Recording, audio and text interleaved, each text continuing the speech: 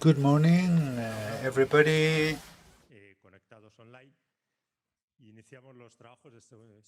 We will start our second day of this conference, and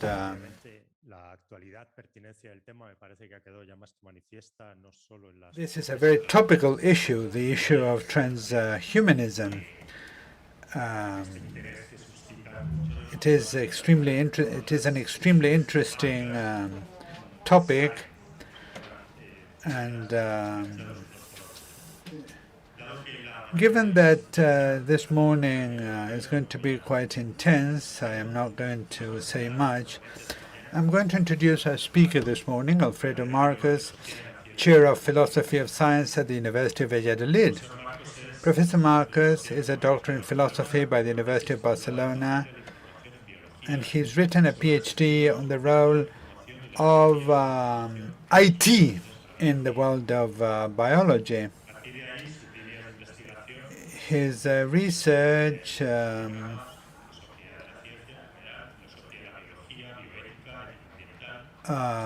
well, he has done lots of studies, and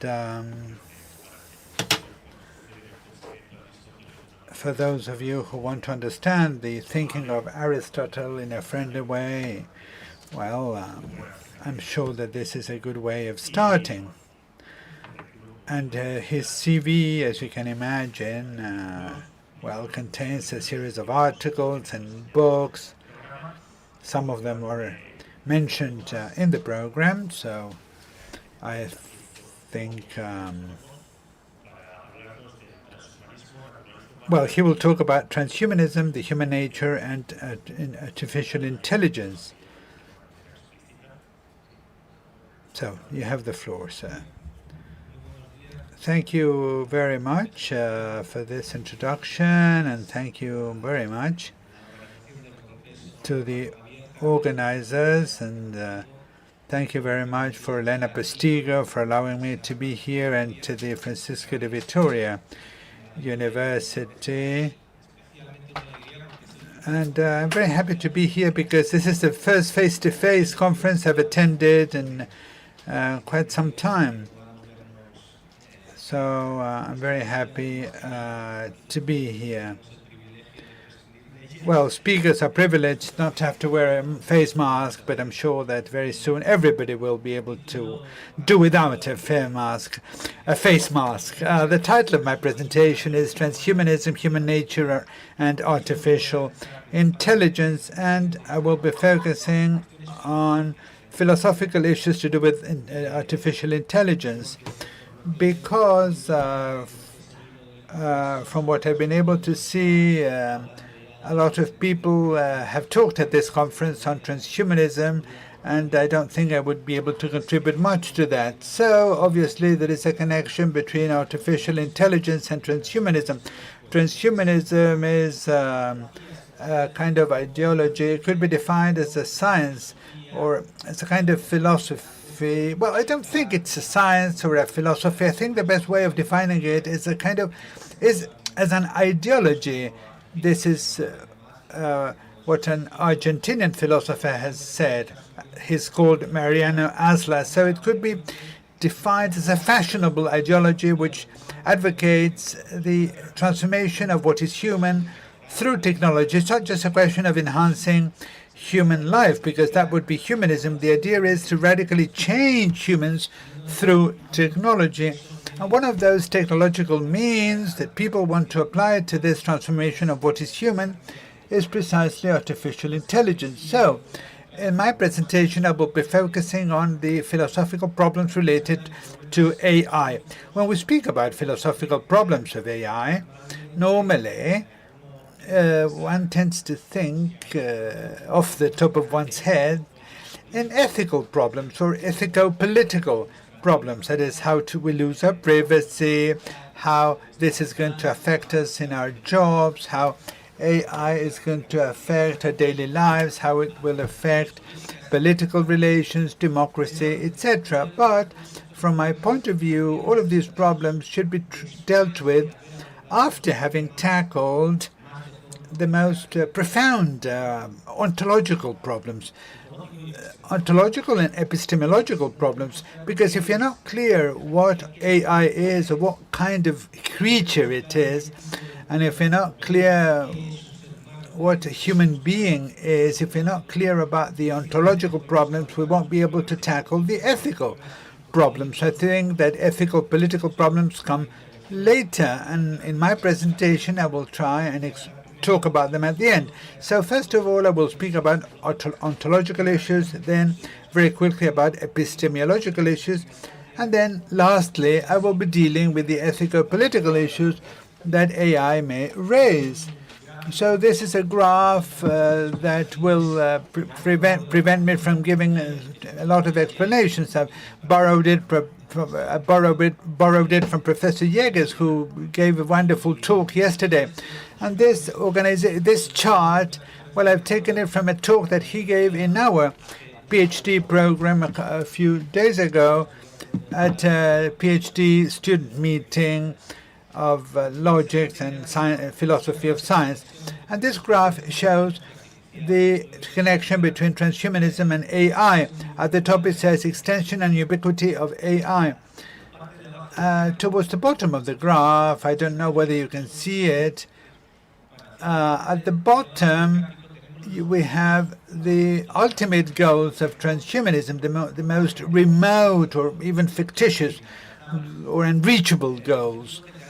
These are cosmological goals, such as the merger of minds, the possibility to do without the human body, and the total integration of the human body and the machine. So transhumanism moves in two directions. So you need to apply to the human being biotechnologies, which are mentioned at the top there, and on the other hand, info technologies.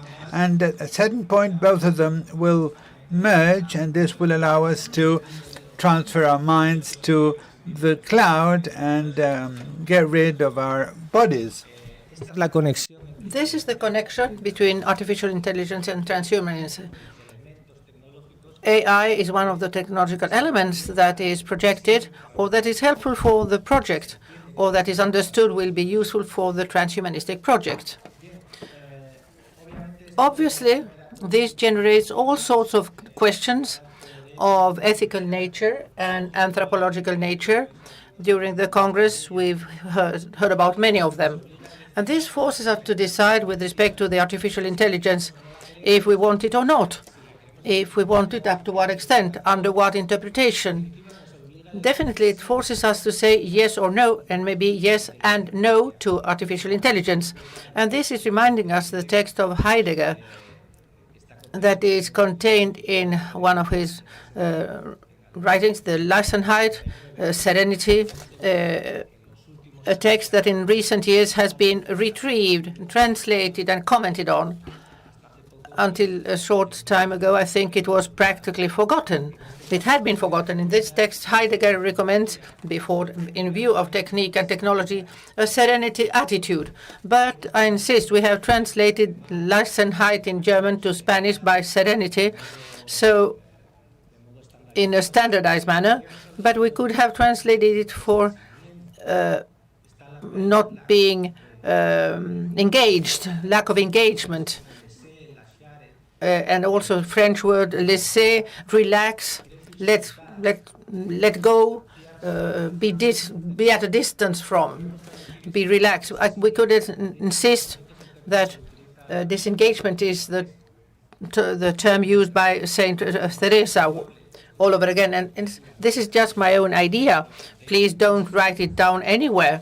But it's quite probable that Heidegger received that term through Saint Teresa from Spain, Avila.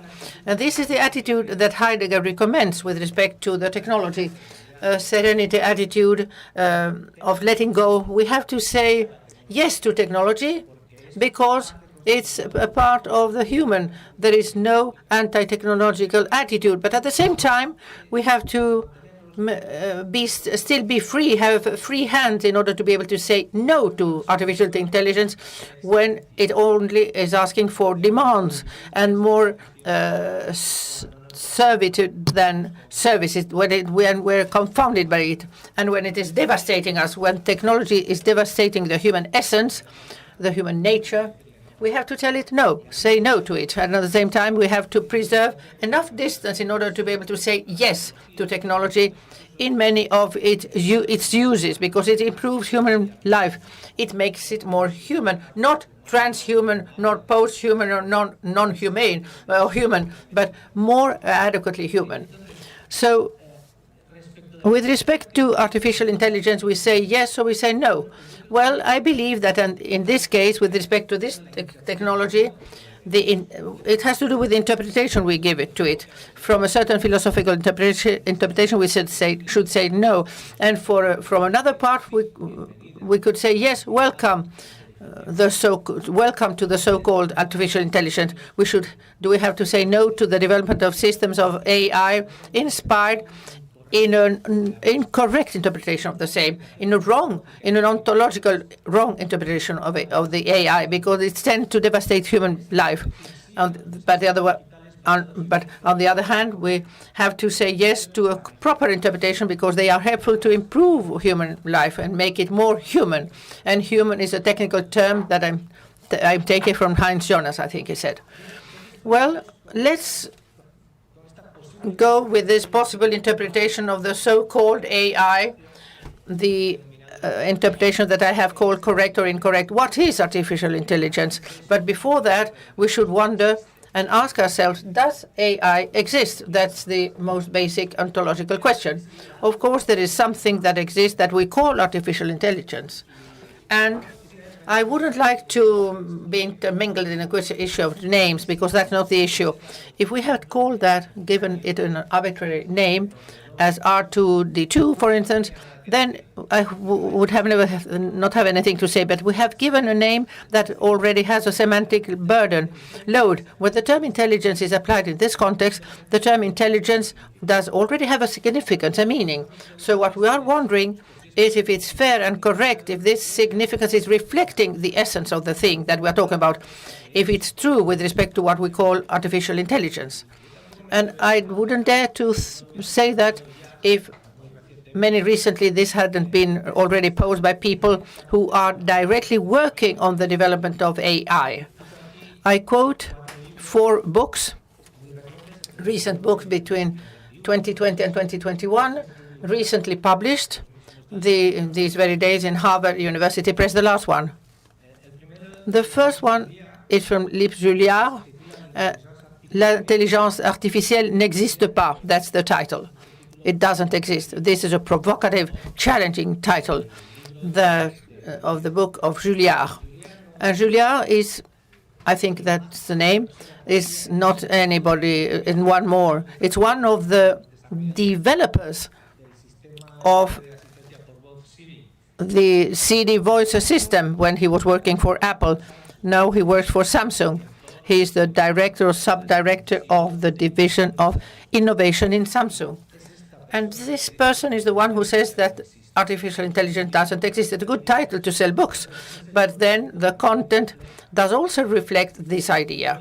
Another book, also in French, from Julien, I think it's translated into English, but Marie David, Intelligence Artificielle, la Nouvelle Barbarie, is terrible, very critical with respect to the AI. In some cases, excessively critical, but it also questions the existence of something that, with justice, could be called artificial intelligence, with fairness. In Spanish, very recently, another book has been published, The Myth of the Algorithm, much more moderate, but with the idea that there is a lot of mythology after what we call artificial intelligence algorithms. And the last one, The Myth of Artificial Intelligence from Larson, and I mentioned one of its sentences. The inductive artificial intelligence, the term inductive is very important in this respect, will keep on improving for limited tasks, narrow tasks. for very specific tasks. But if we want to make real progress, true progress, we will have to start considering and appreciating fully the only intelligence that we know, that is our own.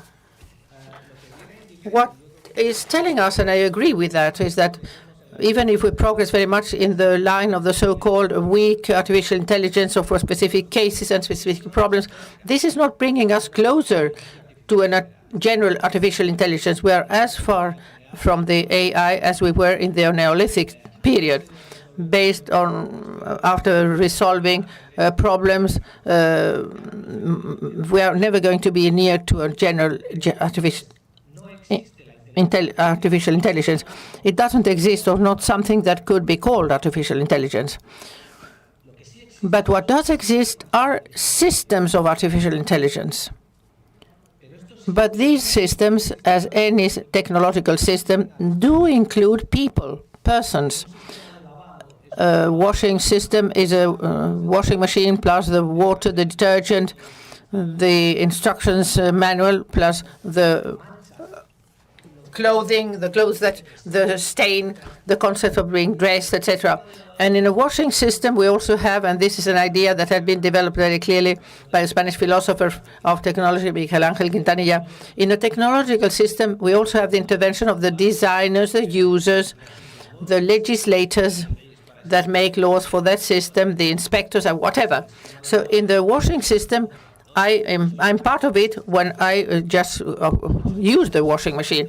Many more so in the artificial intelligence systems. In the AI systems, there are designers, users, legislators, people who deal with the maintenance, technicians. And in those systems, we can call them artificial intelligence. But what they do have of artificial is not intelligent, and what they have about intelligence is not artificial. These are systems in which the intelligence is given by the human part of the system. One way of saying that I think is quite clear, and I don't know how to say it, very suggestive as well, is the one used by Klein and Littin in a book that is from 1995 and referred to the development of software. It's a book for the software developers, in which he says that the systems, informatic systems, computer systems, and also the AI systems, we shouldn't consider them as technical systems with social consequences, but as social systems used technically. An AI system is, above all, a social system that has a mechanical part, automated part, etc. This point of view of these authors, Klein and Littinen and Huxley, I think he said, for the informatic computer engineering at large, is perfectly applicable today to artificial intelligence. The name leads to confusion. I would propose to change that name. Of course, the name is perfectly well established, and we are not going to be able to change it. But my proposal is that one could talk about in other terms. There are other better names. For instance, machine learning, deep learning don't seem to me better. They still induce to confusion because it seems that it's the machine that is learning and the machines don't learn anything. We learn thanks to machines, but it has assisted intelligence and extended intelligence seem to me to be much better words, because it's quite clear that it's a type of intelligence that is assisting the human intelligence. Human-centered intelligence. Stanford University a few months ago has started an institute of artificial intelligence, human-centered AI, directed by Giorgio Cemendi. I think it's a good name. Decision supporting tools, has said a Spanish engineer from Comillas University, Sara Lumbreras. Tools for supporting the decision, and this seems to be a good name. I propose delegated control system. What we do is delegate the control, all those processes, to automated systems, and that delegation can be provisional, transient, or maybe it would be more adequate to talk about delegate control systems. At any rate, let's keep on talking about AI, but with all these observations that I have made previously. I bring here a quote from Katharina Zweig, from the Lab of Algorithmic Responsibility of the Kaiserslautern University. I can't read it from the booth, I'm sorry. It's very hard to see the slide, in which they say the term artificial intelligence arose in the 50s when the scientists wanted to collect money for their research. It's a term that rhetorically works fine. Yesterday, in one of the free papers, and today, the reporter said that it's a slogan, as for instance, Coca-Cola is the sparkle of life, but nobody takes that too much seriously. Do you think really that Coca-Cola is the sparkle of life? Or the beginning of Big Bang or something of that sort? Likewise, we could take into account the AI term. It's a good advertising slogan. We have to recognize that, yes. But what we call AI is as intelligent as the Coca-Cola being the sparkle of life. And now we depend from this name. Most of the informatic systems do find it inadequate. That's why I bring this quotation. I know very little about computers and computing, and what I think from philosophical side. And it's good for me to confirm that the people who are in the midst to developing artificial intelligence are also do not always agree with that name either. Let's go on with the ontological issues. So then, what is artificial intelligence? What is intelligence, rather, sorry. I give some etymological information. Intelligence comes from intelligere, from Latin. It reaches us, but remotely it comes from Greek, legere, and the inter prefix can come from intus, that means to inside, towards inside, or inter, that means between two things. And we don't know exactly from which Latin prefixes it comes from, but both are useful to give it a content. Legen, the Greek verb, means talk, relate, say. It's related with logos. And in Old Greek, it means selecting, collecting. I think that there is a metaphor here at the basis, probably, of agricultural nature. This comes from an Indo-European root, leg, that means choose between. I don't know if you know the book, The Metaphors in Which We Live, Metaphors of Daily Life. We understand the reality from nearly the body movements that we perform. Here we are using it for the knowledge, a metaphor that probably is of agricultural origin. It seems to have to be separating the wheat from the weeds, separate, be in between. And once separated, collect what, or bring together, once we have differentiated, bring what is together, what is similar. Because when we operate with intelligence, we do something similar. We separate, the dogs from the cats, and then we gather each group in one single concept. The individuals are gathered in one single concept, and at the last instance, in the unit of consciousness. And if this unification doesn't take place, there is no intelligence. And the machines can't do that. If we go to the dictionary, until now etymology, but now let's go to the Royal Academy Spanish Dictionary. What we shouldn't do in philosophy is redefine the concepts so that they are at the long distance from their usual significance, because stipulating the new concept. Let's go to the dictionary and let's see what we see. Intelligence is the capacity of understanding.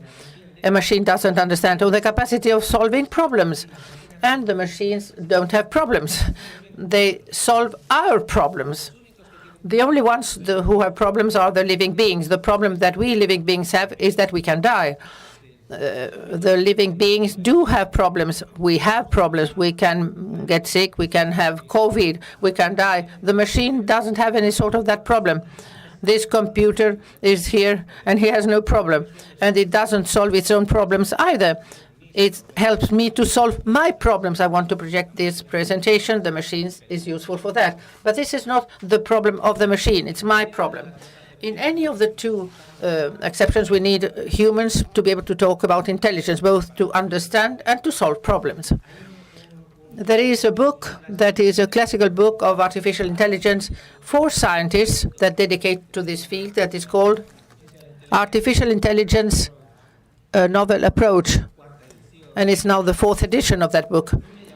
I was quite surprised when I read that book due to the cover page. We have several icons, several images, and one of them it's bust of Aristotle and a text, the Motu Animali, where he talks about the practical syllogism. The practical syllogism somehow is the formal scheme of robotics. We put in a robot some aims, some skills, and we hope to carry out some actions. In this book, they distinguish 4 classes of artificial intelligence, those that refer to the thought, those that refer to the behavior, those that correspond perfectly well with what is included in the dictionary: intelligence as understanding, intelligence as solving problems, theoretical and practical intelligence. And then the artificial intelligence can try to build a universal model of intelligence, and this is what they call the rationale, or they can try to imitate, in specific terms, human intelligence. Combining these 2 pairs, we have 4 different approaches for the artificial intelligence. It can be theoretical and look for a model of general intelligence, or it can be theoretical but imitating the actions, the thoughts of human beings. It can be practical, solving problems in a general manner, or imitating what the humans do. We have 4 approaches for artificial intelligence. So one can understand that, but one can also understand that those machines are intelligent in as far as they simulate human intelligence. This is the last of the approaches. But in the case of simulation or imitating, it's obvious that simulate is not to be. It's rather, well, this is, I have to turn it around, and maybe you can help me to find a better way to say that. But to simulate, we need not to be. If I want to simulate a hand by means of a bionic prosthesis, I need that not to be a hand. Not simulating is not being, but to simulate, I need it to not be. To simulate X, I need for it not to be X. Of course, and I think this is more important, the machine doesn't know it is simulating. It only counts as simulation for the human being that knows that what the machine does is similar to what he does when he multiplies or is playing chess, or when he's hoovering in a room. And it simulates human function, but the concept of function is linked to living beings. In the inorganic world, there are no functions, there are effects. And the functions are a type of effects that are very peculiar. The heart has as a function to pump the blood, but it also produces other effects that are not exactly its function. For instance, it can produce noise. Well, the machines, besides the human gaze, do not work. They do not produce any functions. They only produce effects. That means the human point of view changes the ontology of the machine, because the ontology of the artifact depends on their functionality. That's what we call computer, because it's computing. The washing machine, because it washes. And if we put a washing machine in Mercury, in another planet, it's a metallic mass of a few kilos. The human gaze, the hand of the human being, the use that the human being gives to these artifacts is changing their ontology. It makes them functional. It makes them be what they are. I don't know if somebody has looked at the parenthesis here, close to simulation, but every time we say that artificial intelligence is simulating the human intelligence, it reminds me the song of the Platters that was called The Great Pretender. It seems that artificial intelligence, maybe you remind it in the version of Freddie Mercury. No, the Platters as well, a fantastic song. And if we read it now, many of what they say there are perfectly applicable to artificial intelligence. The Great Pretender, the great simulator. Why are we so blind when we think about this? Why aren't we able to see that when the human being stops looking, stops putting its hand or its gaze on the machines, they stop being functional, they stop being what they are? Their ontology is crushed in pure physical entities, and that's why they can't be intelligent either. Why are we so blind? Why is it so hard for us to see that? Well, the drawing that appears at the back of this slide belongs to the illustration of a tale that has been drawn for children. And I don't think you can see it too well, but there are some vehicles there that are in a sort of city. The author of this tale is Miguel de Unamuno, and the title is Mechanopolis. It's a very short tale where Unamuno is imagining a city, we have to put it into quotation marks, in which there are no human beings. It works perfectly well, and this has to be into quotation marks as well. Things are moving perfectly well. There are tramways, and also within quotation marks, whilst there are no human beings, there are pieces of metal that are gliding on the tracks. Literally, the tale doesn't work until we don't introduce the human point of view. What Unamuno does is that he places a person there that is lost and ends in that city. And from that moment on, all that mass in movement starts being a city. The trams become trams because they work as such for that individual, for that human being that starts living, inhabiting, or living in the city. There is a human being that is living there, in this Heideggerian meaning of living in somewhere. This is what happens to us. It's very hard for us to see how things would be if we didn't see them. The key, I believe, can be given by Charles Anders Peirce when he distinguishes the dynamic actions, that, as he calls them, or physical actions, in the sense of physis opposed to logos, physical, in which Zubiri uses that term. All dynamic actions, or all physical actions, or of strength, crude strength, happen between pairs. A physical action requires at least two entities. If we only had one entity in the universe, there would not be any clashes nor pairs of forces. In order to have a clash, Cartesian or in Newtonian a sphere, also we need two entities. To have semiosis and information and intelligence and all these entities that mean an intentionality, we require three entities. In a universe of two entities, there is no significance, there is no language, no semantic, no information, no data, etc. One needs three entities, according to Peirce, and I agree with him. A sign, something that works as a sign, something that works as an object that the sign is referring to, but if there is no physical relation of pairs among them, this semantic relation is established through a third vortex of that relation, that is somebody that is interpreting it, somebody that connects the sign with the thing to what the sign is referring to. What do I mean? That in this computer there is information, there are data on, for instance, my health status, the vaccination, if I'm vaccinated or not, etc. What I mean is that certain electromagnetic states of this device have some relationship with the vaccine that I have received. But this relation is not physical, of course. It's a relation that is established through somebody who is interpreting it. In this case, through a person who reads what the computer says and interprets it in terms of vaccination or whatever.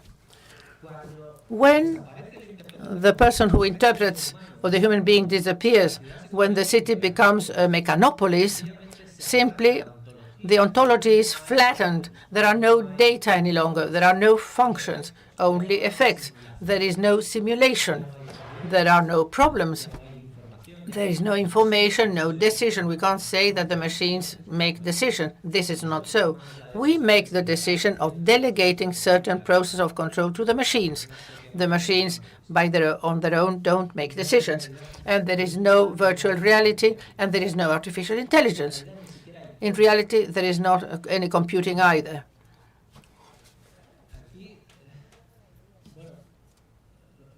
Well, what I mean is that the machines on their own, without a human gaze, are not even able to count. A computer is not to compute. And the best comment that I have read at this respect is a text from Borges, but I am ashamed to talk about Borges here, being professor, a person here in the audience who probably knows him very much. Probably the text is in History of the Eternity. He's discussing with Nietzsche about the issue of the eternal return. In order to have an eternal return, the universe has to go back to the same situation once and all over again and all over again once again. We have to count it. And if we have to count it, there is a part of the universe that doesn't return. The one who counts, the counter changes from 1 to 2 to 3 to 4. So there is no eternal return if you don't think about the whole of the universe. As I understand it, this is the argument of Borges that seems to me brilliant. What I mean is that this argument leads us to the idea that in order to count, to distinguish one time and another time, I need to maintain in the conscience two moments as different and as similar at the same time in the unit of the consciousness. To count up to 2 is a very complex operation, and a computer is unable to do that. It can't count up to 2. It doesn't have the conscience that unifies two moments, considers them as two different moments, and at the same time as two moments. If I can start counting apples, but I have to know they are apples, and they are not the same apple at the same time. I can't go more into detail in this issue, but I think it's very suggestive and just leave it here. I would like to call this seduction that that is here with us, due to which we start saying that the machines, when they don't look at them, are making the same functions than as we do. I would like to call it the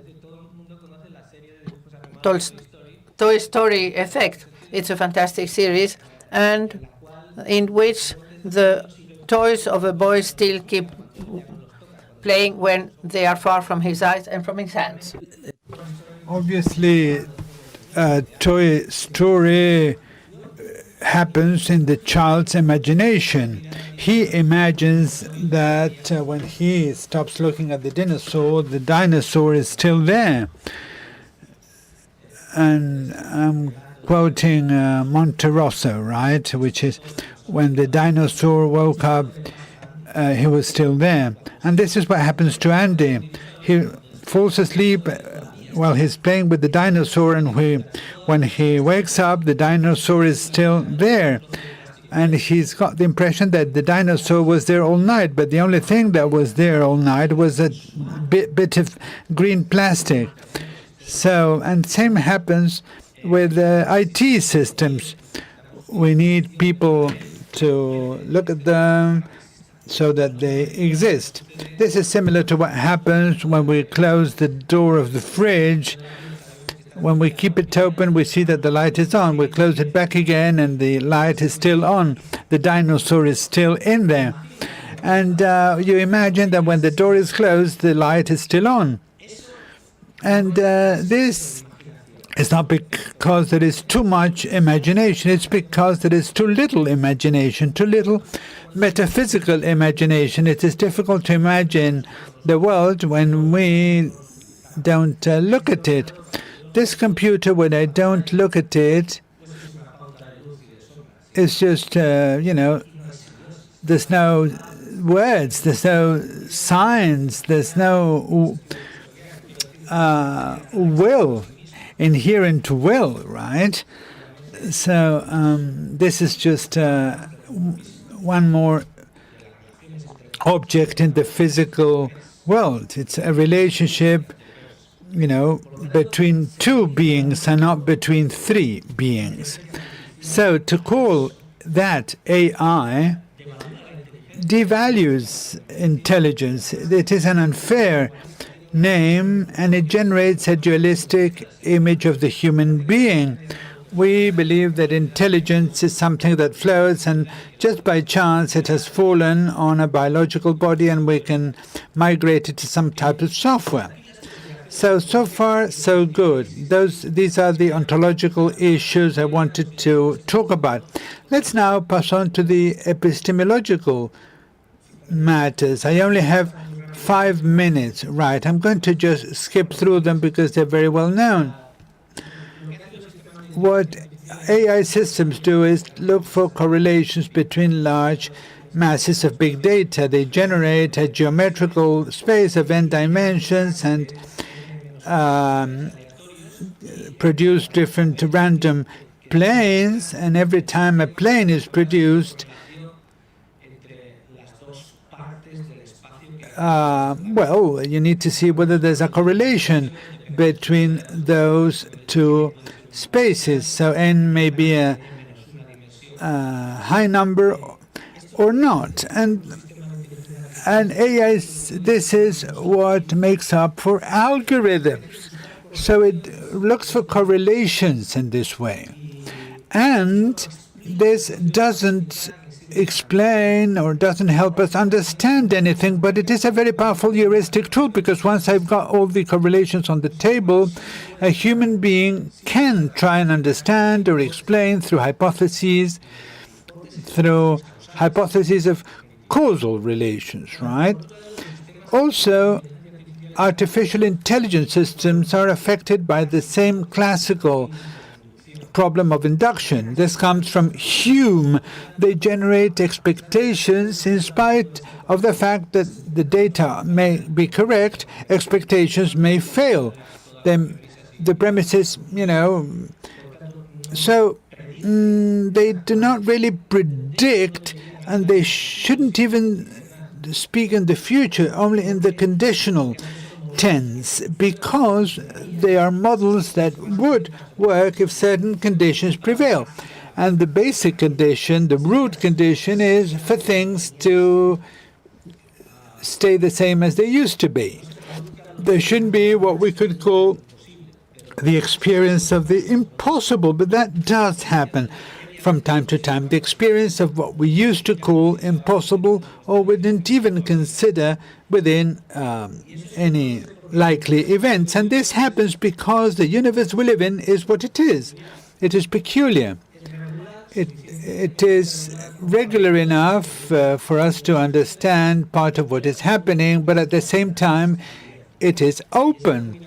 And that combination of regularity and novelty, routine and surprise, is such that AI may bring about mismatches.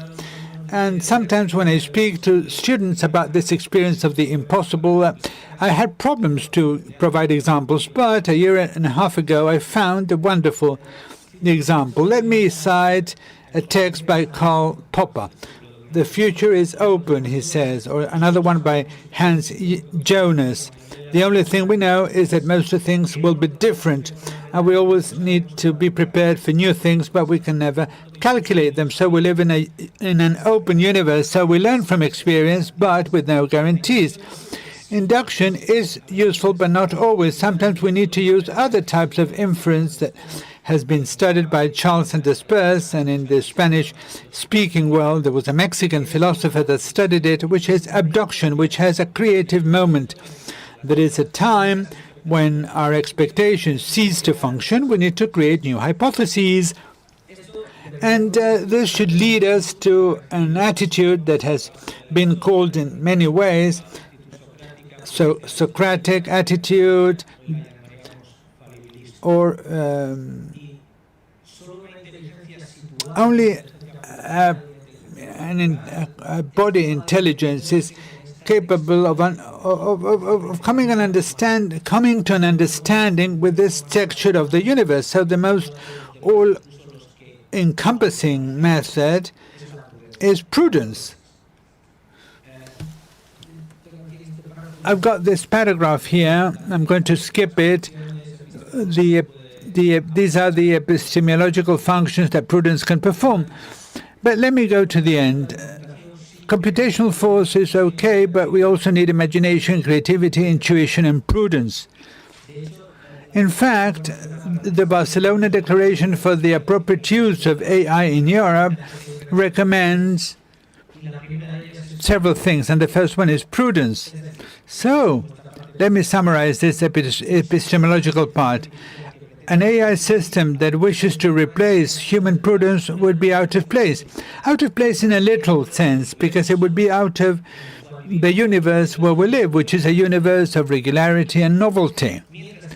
Whereas an artificial intelligence system inscribed within the framework of prudential human intelligence would be where it is, where it should be, and may be extremely useful to human life. In the last stretch of my presentation, I wanted to talk about ethical and political issues, because once we have understood the ontological and epistemological ideas, it is much easier to tackle ethical and political questions. They're easier to approach. Human decisions delegating control into machines generate responsibility for humans.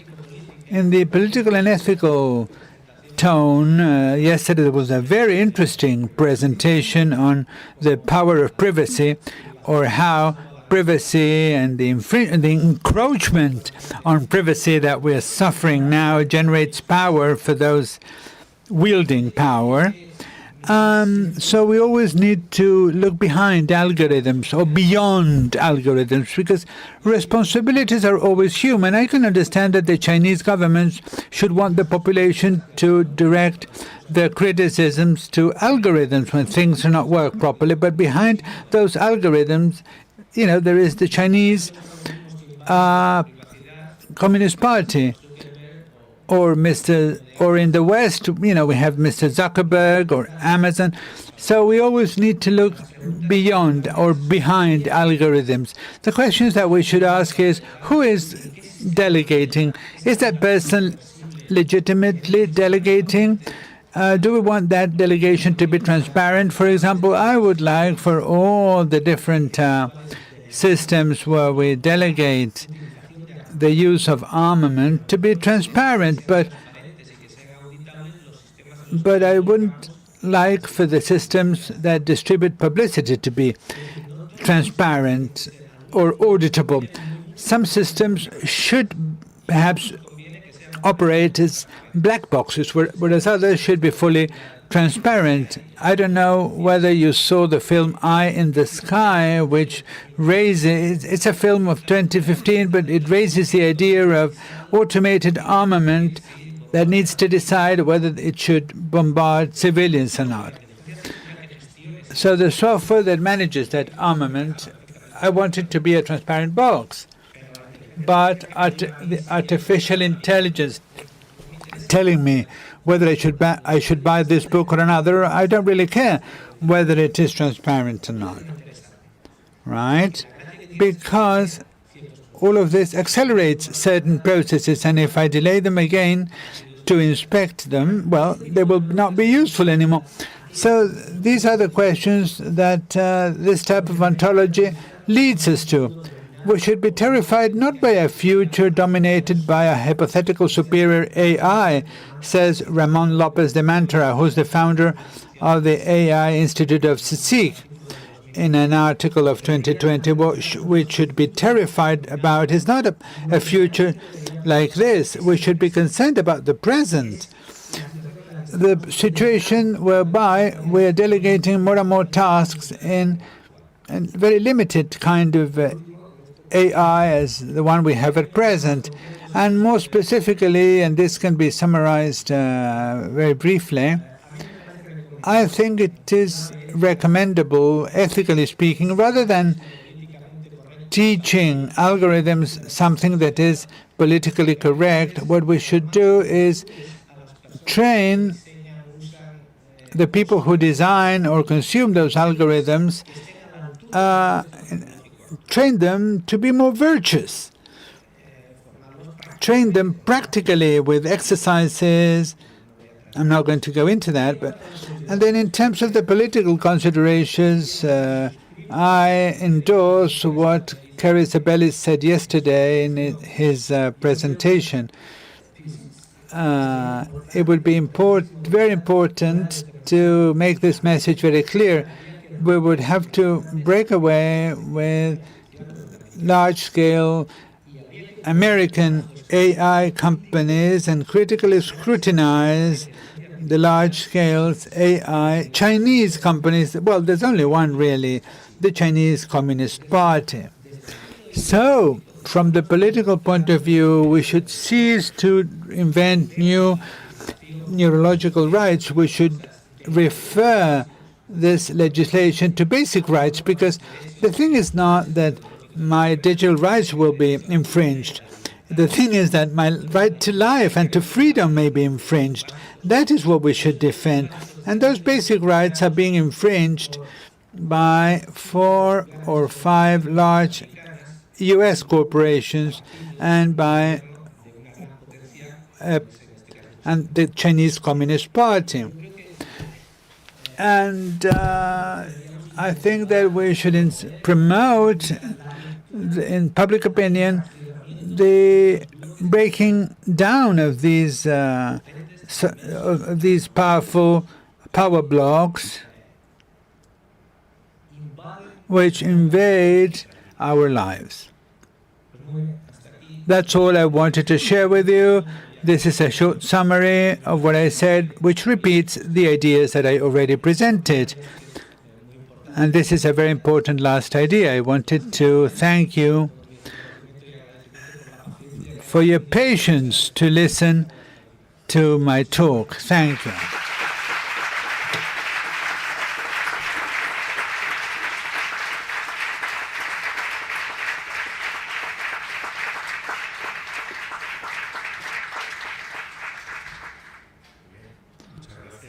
Thank you, Doctor. I think you have mentioned very interesting topics, but we don't have much time, so we will go straight to the questions. We will be taking online questions and on-site questions, and we already have one online question.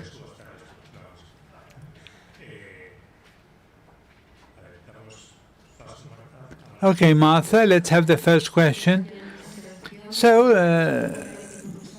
this person is saying that intelligence is not artificial, and what is artificial cannot be intelligent. The question is whether in the future AI could become intelligent when it creates some other intelligence.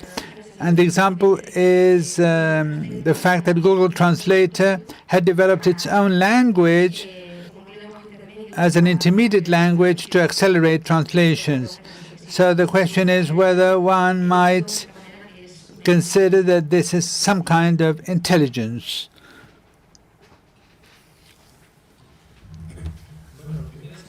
Well, first of all, we live in an open universe, and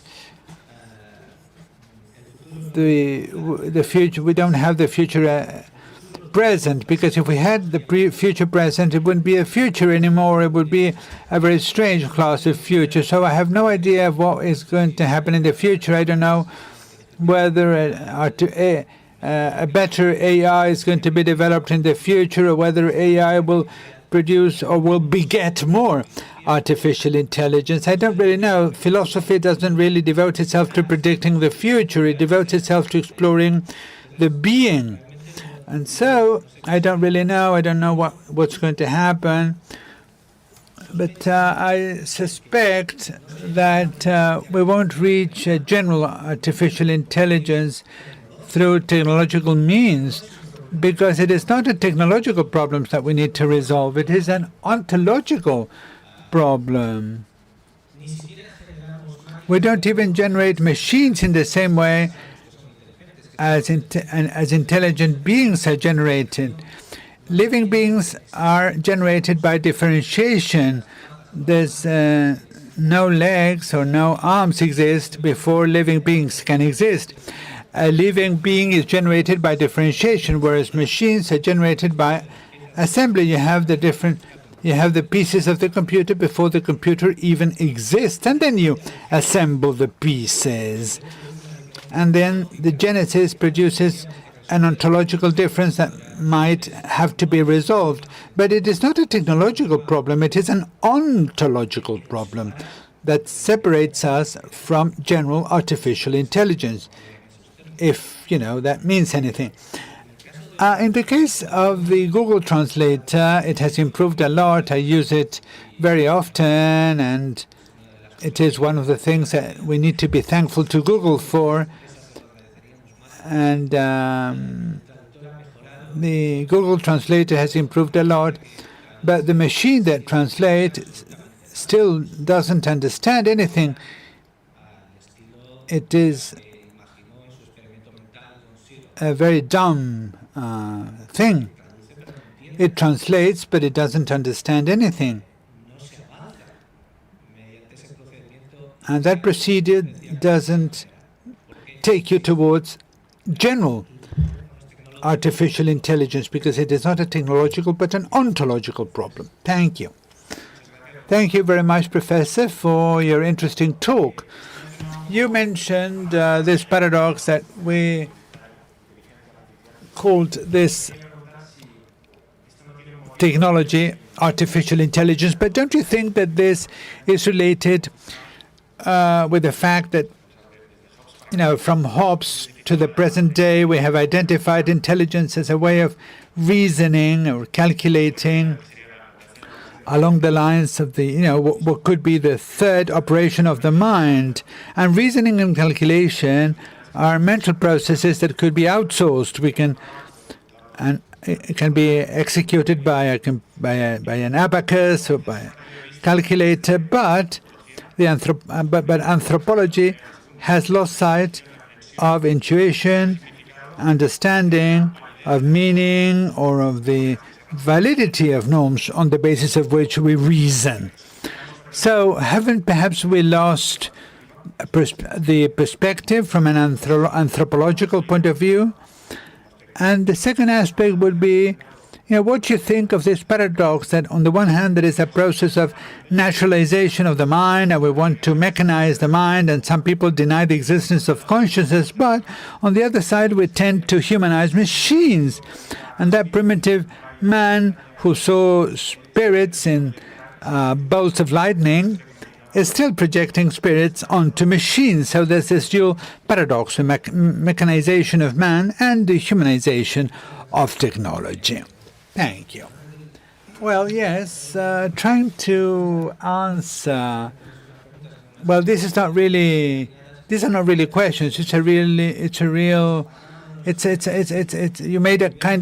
You made a few statements. I was remembering this saying attributed to Leibniz, that a time will come when two philosophers will say to each other, why should we discuss if we can calculate?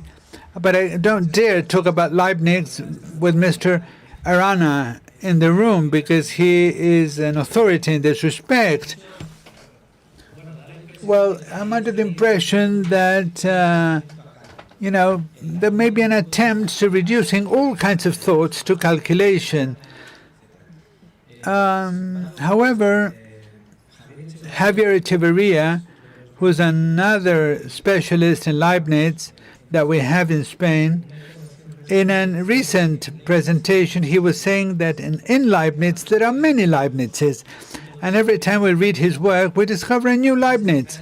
So perhaps this is not his last word. This let's calculate. But there is a perfect correspondence between logos and physis, and that correspondence works in both directions. So our thought reflects reality, and at the same time we can make reality reflect our thoughts. And so there's this mechanicist vision of human beings, and then there's the humanization of machines, but that correspondence is never exact. So that's why I was speaking about humility, because the way in which we construe the world is feasible, but it is always limited or partial, because each of us always looks at the world from one point of view, from one time and one place, and what we look at is, a changing universe which is always producing something new. So there is an intelligibility of nature. I get we can understand nature, but our understanding is only imperfect, so that isometry can never be exact, and it's not a good idea to trust that reflection too much. Our mind is not just a mirror of nature, but there's also always a certain distance, a certain imperfection. And in fact, machines can't even calculate. This is what I was trying to say before about Borges. Machines can't even count to 2. We need a human conscience to manipulate the machine.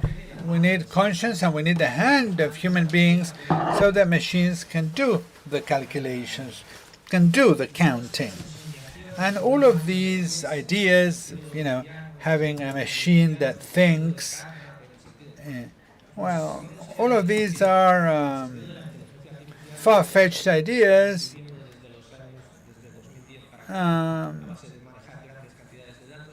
But in my view, they're not well focused. We need to accept that they are tools that may help us, but which will never be a perfect reflection of nature.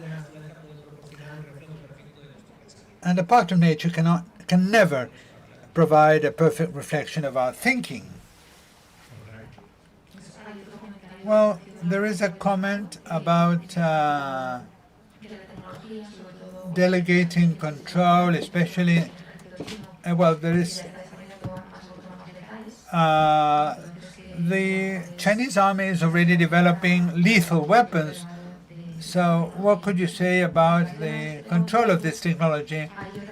And then there is another presentation, another comment, another person asking for your opinion on the ethical module developed by Aquila to incorporate ethics in artificial intelligence. Well, I would like to introduce political questions because I was interested more in the ontological part, but from the political point of view, I would say that humanity, very often people talk about the Chinese. The poor Chinese have enough on their plate, with their tyrant leaders. The problem is not the Chinese, but the Chinese government, the Communist Party, and the Chinese army. And I agree that humanity cannot allow the first or the second world power to be a country that lacks any checks and balances. This is something that humanity cannot allow. We can't. There's no reason why we should believe the information we get from China, because there is no opposition, no independent judges. Humans tend to manipulate information, especially in the case of politicians. And our politicians in Spain, they tend to manipulate information, they become corrupted. And what would happen in a country where there was no opposition, where there were no independent judges, where there was no free press? That is terrible. So the fact that the Chinese army is manufacturing lethal weapons controlled by AI is one of the very many aspects where humanity cannot afford or cannot allow the second world power to have so much concentration of power without any checks and balances. And this is a political remark that, is quite significant. In terms of the ethical issue, I very briefly said that I think that vis-à-vis the so-called artificial intelligence, what we should do is insist on the development of virtues. And virtues are acquired as habits, are acquired through practice. But not any virtue, but virtues that can measure up to the current technological development, such as the habit of serenity that Heidegger mentioned, and this is obtained through practice, and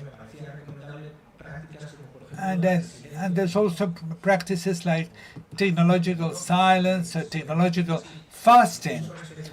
Even with respect to technologies that are perfectly legitimate, such as the use of mobile phones, I think that it's a good idea to, perhaps, take the stairs instead of the lift on some occasions, and walk instead of taking or using our cars. So this means taking technological breaks, and this is, quite interesting. I would like to perhaps that is where we should gear ethical education with respect to new technologies. Right. This has to be the last question because, we have other sessions. I wanted to ask you a question. Until 2015,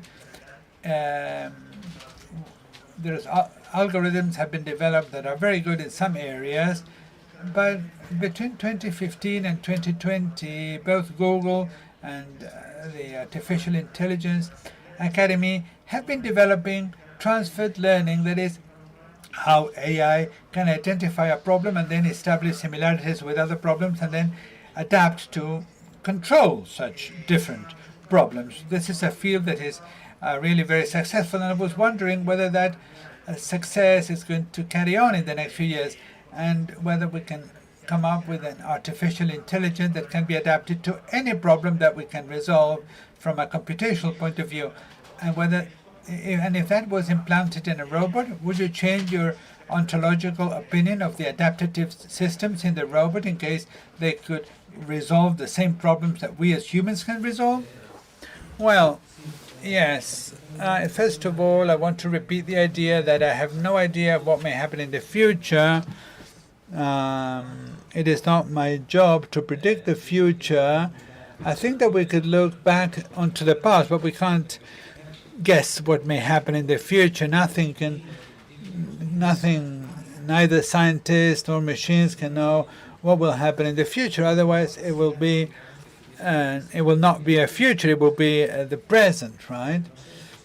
So I don't know what may happen, but the response to what you were saying precisely lies in the talk you gave yesterday, where you came to the conclusion that what can be done in AI is models and meta-models, but for the time being, we are not reproducing we can't reproduce intention or will, etc., which is what allows us to comprehend new situations, and this is what allows us to make deductions or make inferences. That's why I would mistrust a situation whereby piling up or stacking up models and metal models we might reach a kind of prudential intelligence. And I would use the same arguments that you used yesterday, which I thought were very convincing. Thank you very much. Muy bien. Thank you very much, Professor. Thank you very much to all the speakers. And as you can see, it's all highly provocative. I have some housekeeping announcements. We are going to now turn to the next activity, which is a series of panel discussions, and immediately afterwards we will have oral communications in a different area. Everything will happen in a row, so in this room we will have this round table on law and politics. They need a larger space. And then there's going to be another panel on literature and fiction and possible worlds in the Salón de Grados. And I want to thank you all very much, and see you later. Thank you.